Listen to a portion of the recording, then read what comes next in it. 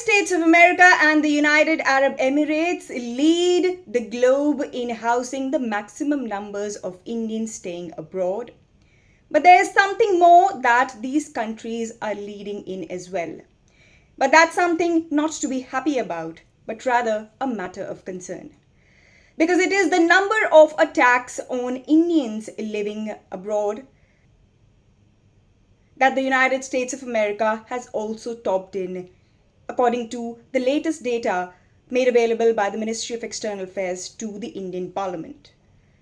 According to data shared by the Ministry of External Affairs, the United States of America, that houses as many as 5.4 million Indian nationals, according to estimates till March 2025, has witnessed as many as 14 attacks against Indians in the year 2025. Now, the United States of America is closely followed by the United Arab Emirates, that houses as many as 3.5 million Indian nationals and is globally the country which houses the second largest population of Indians. According to the MEA, the UAE witnessed as many as 12 attacks on Indians in the year 2025. The UAE is closely followed by the Republic of Mali in Africa, which saw as many as 11 incidents in 2025 where Indians were attacked in that country. Mali is closely followed by none other than Ireland,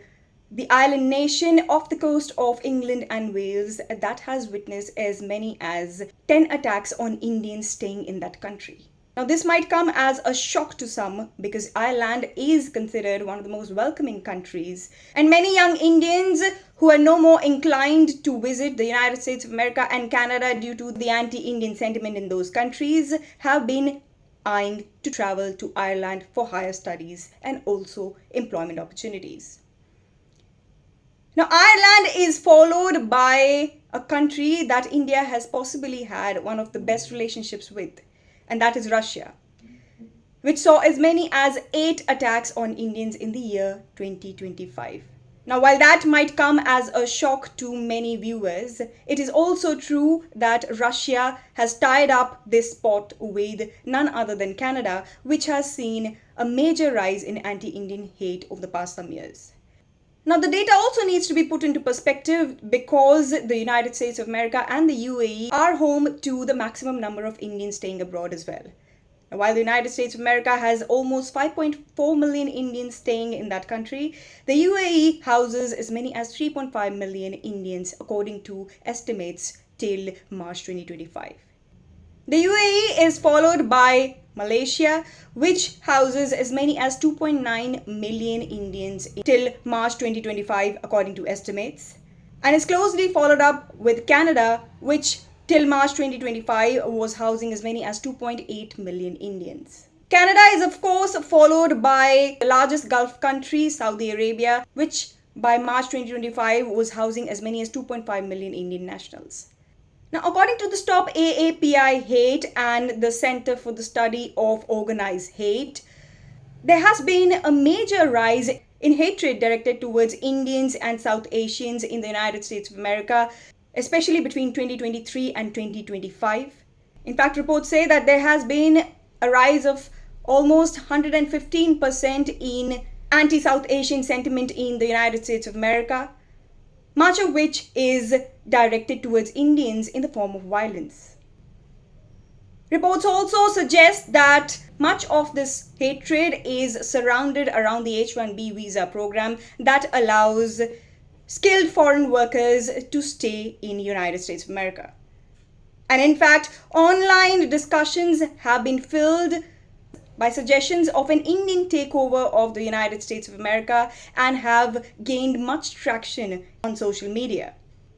Now, in this backdrop, it is clear why the current administration of the United States of America is not only putting fresh curbs on the H-1B visa entry program, but has also levying restrictions on the entry of foreign workers, including students, journalists, and exchange program visitors who intend to arrive in the United States of America and work in the country. So while there has been a major rise in an anti-South Asian and an anti-Indian sentiment in the United States of America, the administration also realizes that there are several such jobs which are currently being handled by foreign workers, for which skilled labor of United States of America is not really available. Now, with that backdrop, it is clear why the Donald Trump administration is not shying away from populist measures to impress the local audience, which measures aimed at tightening the H-1B visa program entry, and has repeatedly sent messages to its domestic audience of an America First policy, where immigrants would definitely have to suffice with a secondary status close to that of a second-class citizen. We'll keep tracking similar developments in India-US ties and the issues of Indian diaspora abroad. Reporting from New Delhi, this is Shikha Salaria for India Abroad.